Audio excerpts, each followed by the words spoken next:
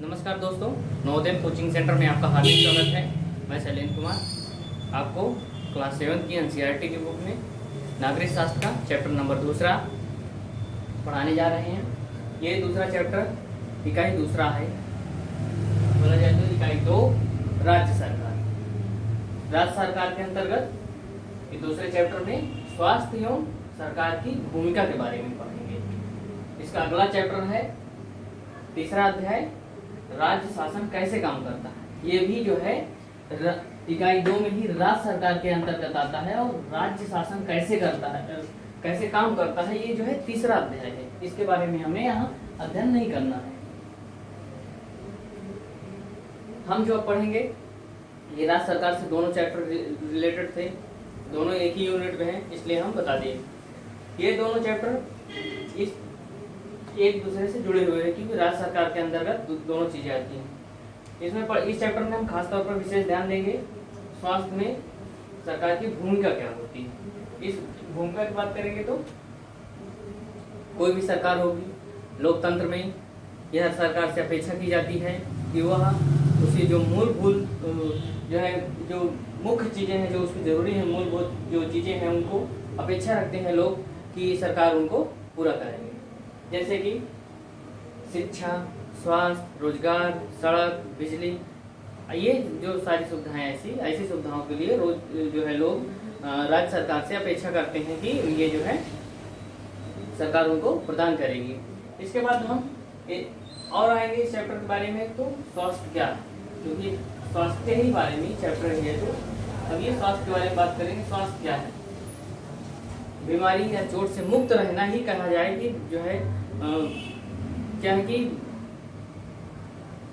स्वास्थ्य है, तो पूरा कहा जाए तो इतना सही उचित नहीं है कि कहा जाए कि बीमारी और स्वास्थ्य मुक्त रहे तो बीमारी नहीं है या किसी चोट लगे, चोट ना हो तो लोग स्वस्थ है, ऐसा कुछ नहीं है। स्वास्थ्य के अंतर्गत बहुत सारी चीजें आती हैं।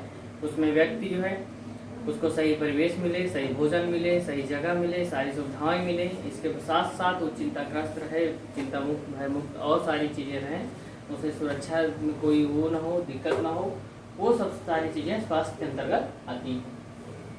इस चैप्टर में और हम आते हैं कि स्वास्थ्य क्या है। इसको बहुत ज्यादा डिटेल में बताने की जरूरत नहीं है, सब लोग परिचित होंगे, तो बता भी दिए हैं कि स्वास्थ्य के अंतर्गत सारी चीजें आती हैं। जैसे कि कोई भी यह है कि सभी लोगों को पर्याप्त भोजन मिले, कोई भूखा ना रहे, सारी सुविधाएं मिले। ये ऐसी चीजें हैं जो मूलभूत जरूरतें चीजें होती हैं, इनको कोई आम आदमी, एक आदमी नहीं कर सकता। जैसे सड़क बनवाना है, सबके बस की बात नहीं कि हर आदमी सड़क बनवा सके। घर की सुविधा भी सरकार द्वारा मुहैया कराई जाती है और बिजली की सुविधा भी सरकार द्वारा प्रदान कराई जाती है। इसके बदले में लोग जो है सरकार को टैक्स देते हैं और टैक्स के एवज को जो रुपया आता है बजट में, वो रुपया जो है फिर से पब्लिक के लिए खर्च किया जाता है। यही जो है ये सिस्टम चलता रहता है। जो टैक्स से रुपया आता है सरकार उसको लोगों की सेवा में लगाती है। टैक्स जो है कहीं भी जो है इकट्ठा होता है, थोड़ा थोड़ा एक आदमी अगर करना चाहेगा तो ये बहुत बड़े रुपये, उसमें जो है ज़्यादा रुपये की जरूरत होती है, इसलिए कोई एक आदमी नहीं कर सकता। अब आते हैं इसके आगे, इसमें है भारत में स्वास्थ्य सेवाएं। भारत में स्वास्थ्य सेवाओं की स्थिति के बारे में जानेंगे। तो यहाँ पे आपको बुक में देखेंगे तो एक टेबल रूप में बना है, उस टेबल के रूप में शार्ट रूप में हम यहाँ आपको बताने की कोशिश करते हैं। उम्मीद करते हैं पूरा समझ में आएगा, ध्यान समझिएगा। इसमें क्या वही बात कही गई कि भारत में स्वास्थ्य सेवाओं की सिचुएशन क्या है। सिचुएशन की बात करेंगे भारत में, तो क्या कि भारत में हर साल भारत में जो है सर्वाधिक चिकित्सक जो है महाविद्यालय पाए जाते हैं और उन विद्यालयों से हर साल हजारों डॉक्टर बनाए जाते हैं। इसके थ्रू क्या होता है, यहाँ पे हम दो बातों को देखेंगे। एक तरफ भारत में सबसे ज्यादा डॉक्टर बनाए जाते हैं, बहुत महाविद्यालय हैं चिकित्सक। दूसरी तरफ भारत की स्थिति क्या देखते हैं, जो गांव की स्थिति है और शहर की स्थिति बहुत अंतर है। अगर गांव में किसी को दिक्कत हो जाती है, थोड़ी बहुत दिक्कत हो जाती है तो कहीं थोड़ा आसपास मिल जाएंगे, लेकिन अगर कोई सीरियस प्रॉब्लम होती है तो उनको अस्पताल ही नहीं है, डॉक्टर ही नहीं है। मतलब कि ग्रामीण क्षेत्र में क्या होता है, ग्रामीण क्षेत्र में अगर बात करेंगे तो ग्रामीण क्षेत्र में यही है कि बहुत लोगों को जनसंख्या बहुत है, जनसंख्या कंपेरिजन में डॉक्टरों की संख्या बहुत कम है।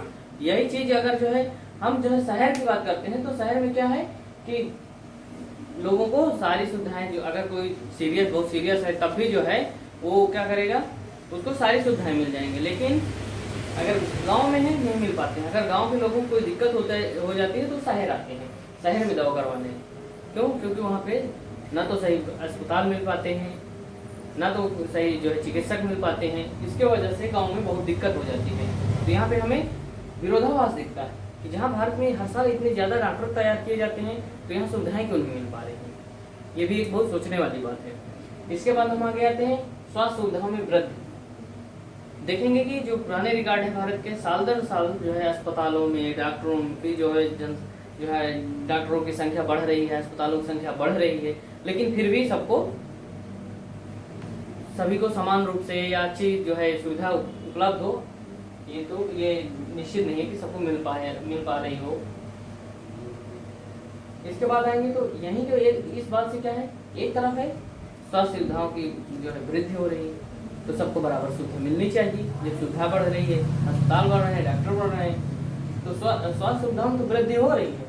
लेकिन एक साथ हमें और चीज देखने को मिलती है। हर साल यहाँ 20 लाख लोग जो है मलेरिया की रिपोर्ट करते हैं, 20 लाख लोगों को मलेरिया होगा। और इसके साथ साथ देखेंगे जो टीबी है, टीबी से हर साल 5 लाख लोग मर जाते हैं। ये भी बहुत विरोधाभास है। जब स्वास्थ्य सुविधाओं की जो है बढ़ गई तो जो है जितने लोग मर रहे हैं उनको मरना नहीं चाहिए।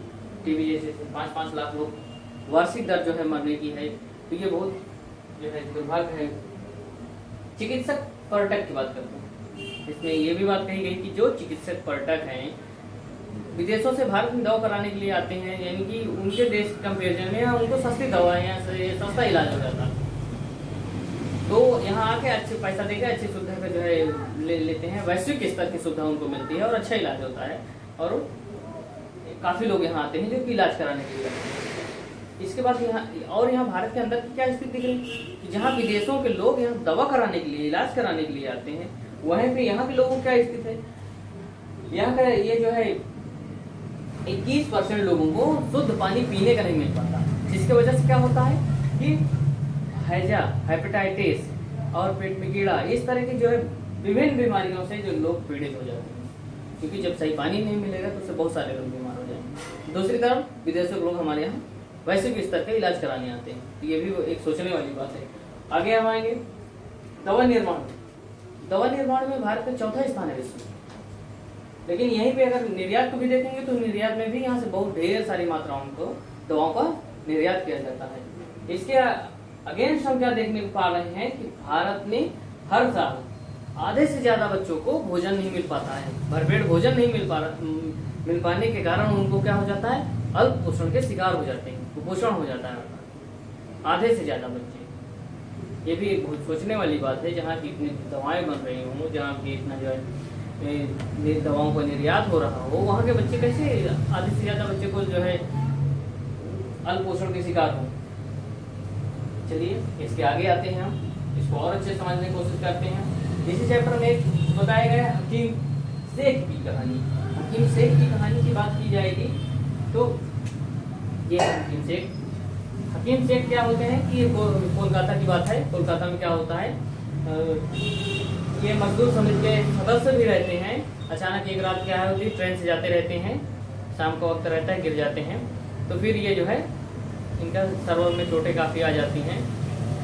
इनको जो है बाद में कहाँ पे सरकारी अस्पताल ले जाते हैं। सरकारी अस्पताल में क्या होता है, ये जाते हैं, उनको बताया जाता है कि जो है अस्पताल में कहीं सुविधा अच्छी नहीं है, या चिकित्सक नहीं है, या तो वहाँ बेड खाली नहीं है। ये सब तरह तरह के जो बहाने हैं उनको बताए जाते हैं और उनको एडमिट नहीं कराया जाता। सरकारी हॉस्पिटल की बात कर रहे हैं तो सरकारी हॉस्पिटल में क्या होता है कि वो बहुत परेशान होते हैं। ऐसा करते करते वो 8 अस्पताल जाते हैं और ऐसे करते करते उनको 14 घंटे हो जाते हैं। 14 घंटा हो जाने के बाद जब वो ऐसा लगता है उनके जो साथ में रहते होंगे उनको, तो वो प्राइवेट में अस्पताल में उनका इलाज कराते हैं और ठीक हो जाते हैं। यानी कि 8 अस्पताल भर्ती करते गए, वो 8 अस्पताल भटके, उसके बाद भी वहाँ पूछे लेकिन उनको भर्ती नहीं करते हैं। कोई ना कोई बहाना बताकर उनको जो है मना कर देते हैं। होता क्या है, जब वो सही हो जाते हैं तो कोर्ट में केस कर देते हैं। बाद में कोर्ट में केस करने के उसमें उनको जो है निर्णय ये मिलता है कि उनको जो है जितना उनका पैसा लगा है प्राइवेट में उनको राज्य सरकार मुहैया कराएगा। ऐसा इसलिए क्यों करते हैं वो, क्योंकि उनके साथ उपेक्षापूर्ण व्यवहार किया जाता है। एक चीज और हम इसमें आगे समझने की कोशिश करेंगे। अमन और रंजन की भी यहाँ कहानी बताई गई। अमन और रंजन की कहानी में क्या है कि दोनों लोग क्लासमेट हैं, साथी हैं। होता क्या है, एक दिन जो है दोनों लोगों में से ये जो है एक लोग स्कूल नहीं जाते, फिर फीवर आ जाता है तो फिर मिलते नहीं, तो बोलते हैं कि बहुत दिन हो गए यहाँ, इतने दिन कहाँ थे। तो फिर इसके बाद बात करते हैं तो फिर बताते हैं कि हमें वायरल फीवर हो गया है। अमन बताता है। अमन के बाद रंजन की बात करते हैं। रंजन को भी ये बताता है कि अभी पिछले सोमवार से ही हम आना शुरू हुए, हमें भी वायरल फीवर हो गया है। दोनों बात करते हैं। तो इसमें क्या होता है कि रंजन बताता है फीवर तो आ गया था, लेकिन फिर हमारे पापा जो है ले गए थे हॉस्पिटल। वो तो हम देख वहाँ जाने पर हमें लगा कि कोई अस्पताल नहीं है, कोई बहुत बड़ी इमारत है जो बहुत लग ही नहीं रही थी कि अस्पताल है, बढ़िया साफ सुथरी और बड़ी सी बिल्डिंग चमचमाती हुई। तो ये सब सारी बात कर रहे थे। वहाँ के डॉक्टर भी उनके साथ बता रहे थे, हमारे दोस्त जैसे बिहेवियर कर रहे थे, जो है चुटकुला सुनाते हुए इंजेक्शन ब्लड ली। पहले जाते ही बताया कि हमें जो है पहले जाते ही हमें 500 रुपये ले लिया गया। फिर इसके बाद वहाँ जाने पर डॉक्टर देखे, डॉक्टर देखने के बाद फिर है वो भी बड़े प्यार से बात कर रहे थे। फिर इसके बाद ढेर सारी जांचें लिख दी। जांच के बाद फिर रिपोर्ट आए। रिपोर्ट आने के बाद वो बताया कि हाँ कुछ नहीं, नॉर्मल है, इनको जो है वायरल फीवर हुआ। ये सब करने के बाद उनको 3500 रुपये का फिर से बिल पे करना पड़ता है, और जो है 3500 रुपये लगाने के बाद चले जाते हैं। बाद उनको वायरल फीवर सही हो जाता है। फिर इसके बाद ये जो है इतनी बातें हो जाती हैं। अब इसके बाद आती है रंजन की। रंजन जो है ये सारी कहानी पूरा यानी जैसे बता देते हैं। फिर अमन दोनों रंजन में ये बातें डिस्कस ही करते रहते हैं, ये सारी चीजें। जहाँ एक तरफ ये है, अभी अमन इसमें अगर देखेंगे तो अमन है और रंजन है। इसमें एक बच्चा गरीब यानी कि गरीब घर से है, ऐसे घर से है जहाँ की अपने जो है किसी तरह वो जो है उनकी रोजी रोटी उनके परिवार की चलती है, रोजमर्रा की जिंदगी जीते हैं। तो एक तरफ जहाँ रोजमर्रा की जिंदगी जीने के बाद है, दूसरी तरफ यहाँ रंजन जो है एक बढ़िया संपन्न परिवार से।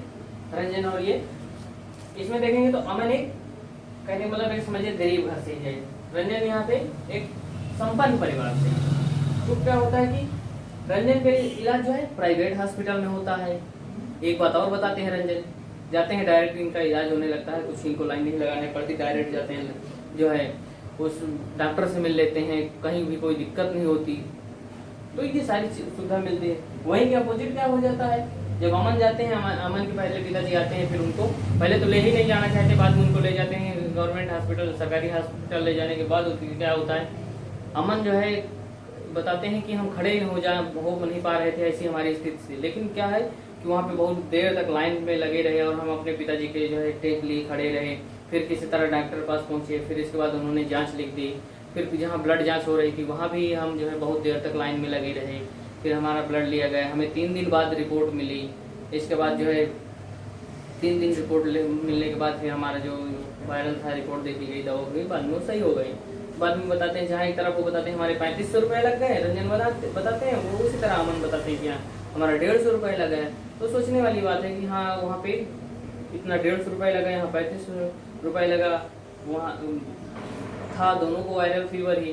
तो बात ये होती है कि एक तरफ सेवा हो रही, दूसरी तरफ वो पैसा कमा रहे हैं। तो प्राइवेट वालों का उद्देश्य यही होता है। अभी यहाँ बात करेंगे सार्वजनिक स्वास्थ्य सेवाएं। जो भी प्राइवेट होते हैं उनका ये सेवा करने का भाव नहीं होता, उनका ज़्यादा से ज़्यादा लोगों से पैसा कमाने का उद्देश्य होता है। जहाँ सरकारी वहाँ सेवाओं देने का उद्देश्य होता है। और जहाँ वहाँ पे चमचमा रही थी बिल्डिंग प्राइवेट की, जैसे चमचमाती हुई बिल्डिंग रहती है, वो सब लोगों से ही पैसा वसूल कर लेते हैं। सार्वजनिक स्वास्थ्य सेवाएं और निजी स्वास्थ्य सेवाएं। सार्वजनिक स्वास्थ्य सेवाएं और निजी स्वास्थ्य सेवाओं के बारे में बात करेंगे। तो इसमें क्या होता है कि सार्वजनिक स्वास्थ्य सेवाओं में जनरली देखेंगे कि क्या होता है, गवर्नमेंट हॉस्पिटल ले आते हैं और जो है लोगों की ज़्यादा से ज़्यादा सस्ते, जितना पहले तो फ्री में दवाई हो सके या तो बहुत कम पैसों में उनकी इलाज हो सके, ये उसका मुख्य मकसद रहता है। स्वास्थ्य सेवाएं जो प्राइवेट होती हैं, प्राइवेट में उनका मेन मुद्दा होता है ज़्यादा से ज़्यादा लोगों से पैसा कमा लेना,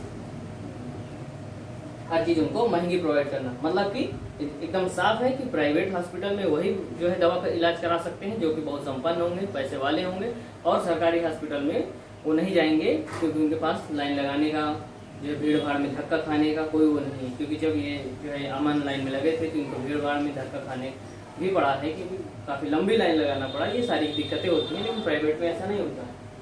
और आगे आएंगे इसी चैप्टर में स्वास्थ्य के बारे में बात करते हैं। तो स्वास्थ्य सेवा और समानता, क्या सबके लिए पर्याप्त स्वास्थ्य सेवाएं उपलब्ध हैं?